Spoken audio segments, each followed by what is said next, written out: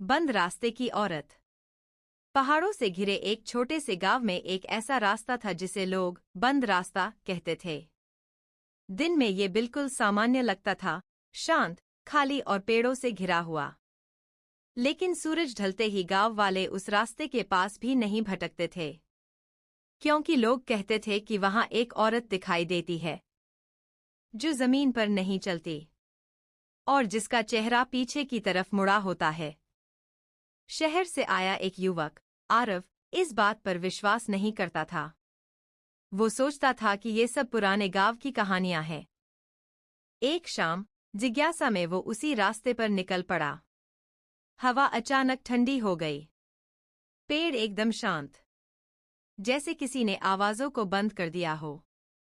कुछ कदम आगे बढ़ते ही उसका दिल तेज धड़कने लगा।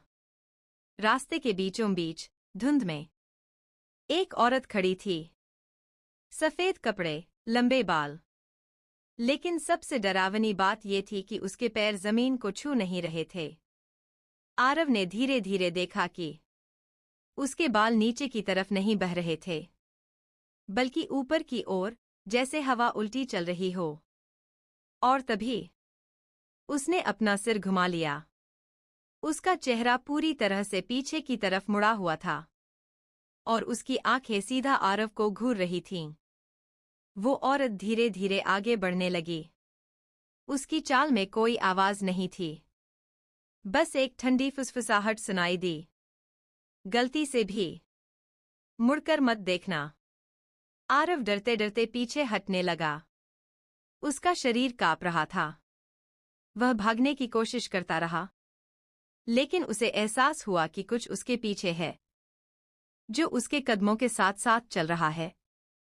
डर के मारे उसने पीछे देखने की कोशिश की, और उसी पल उसकी गर्दन धीरे धीरे खुद ब खुद घूमने लगी।